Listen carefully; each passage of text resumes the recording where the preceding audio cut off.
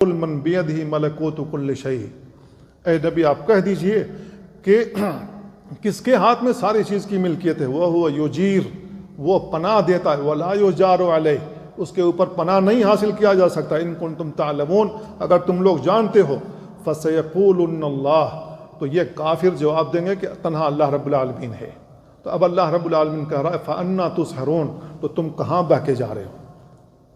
اس آیت پر آپ غور کر رہے ہیں، اللہ رب العالمین نبی کریم صلی اللہ علیہ وسلم کے زمانے میں موجود کافروں سے سوال کر رہا ہے، کس کے ہاتھ میں ساری چیز کی ملکیت ہے؟ انہوں نے جواب دیا کہ اللہ رب العالمین۔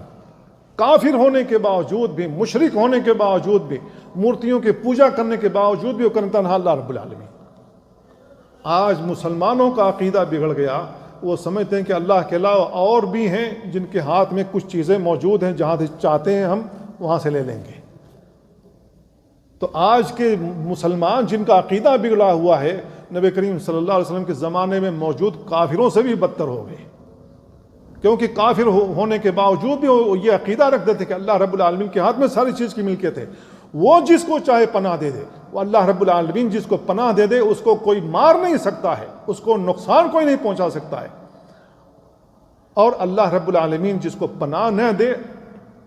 اس کو کوئی پناہ بھی نہیں دے سکتا۔ اللہ کی پناہ سے جو نکل جائے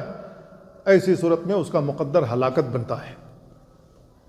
اللہ کے اوپر پناہ نہیں حاصل کی جا سکتی۔